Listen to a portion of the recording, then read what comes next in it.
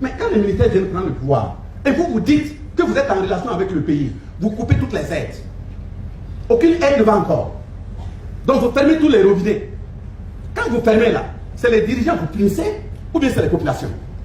Quand vous fermez les frontières et que les produits ne rentrent pas, c'est les dirigeants que vous punissez ou bien ce sont les populations. Et on va se promener 3 mois, 4 mois, on revient maintenant s'asseoir pour appeler les dirigeants.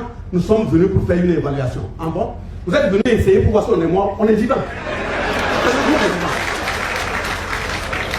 Parce que dans les accords, vous dites que c'est entre peuples. Ce sont les peuples qui sont en train de s'entraider. Pourquoi vous coupez les aides?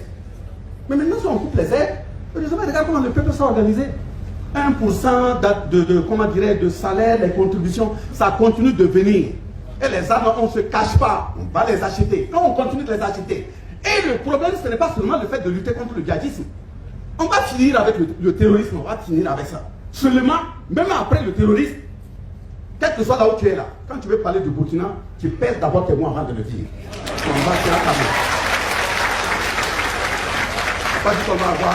n'a pas dit qu'on va avoir une puissance américaine, une puissance, la puissance c'est la puissance. Mais les jeux internationaux qui se font aujourd'hui, c'est des jeux d'intérêt. Et ces jeux d'intérêt, si on peut exterminer le Burkina et soutirer les ressources là, ils vont le faire. Et comme ils savent qu'ils ne peuvent pas souvent venir directement, c'est ce qui fait qu'ils donnent des bourses. On donne des bourses. Vous voyez que quand par exemple on dit oui, 100 bourses par-ci, 200 bourses par-ci, vous voyez que c'est du jeu là. Les calculs sont faits. Tous ceux qui ont fréquenté en France et autres là, ils ont un fichier. Voilà, si tu es un militaire et autres là, officier, ils ont un fichier sur tout un chacun. Quel est ton comportement? Qu'est-ce que tu aimes? Qu'est-ce que tu n'aimes pas? Est-ce que c'est le riz gras? Est-ce que c'est les femmes? Est-ce que c'est l'argent? On connaît. Mais maintenant, si on veut t'utiliser, on rentre dans ce fichier, on t'enlève et puis on fait ce qu'on veut faire. Donc vous n'allez jamais voir une peau blanche forcément parmi vous. Il y a des gens qui ont la peau blanche, qui ont le contenu, le crâne africain. Mais il y a des gens également, des frères qui ont la peau noire, mais le contenu est tout autre chose. Et ce sont eux-mêmes qui sont plus dangereux. De la même façon qu'à la traite négrière, on a trouvé des frères attraper d'autres frères, remettre. À la colonisation, on a attrapé des frères qui ont attrapé d'autres frères, remettre.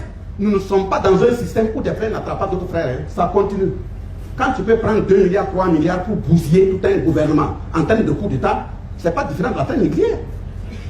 Je n'ai pas monopolisé la parole, mais c'est pour vous dire, il faut qu'on se regarde droit dans les yeux et dire la question de la souveraineté d'un pays ne peut avoir lieu sur la base de sentimentalisme.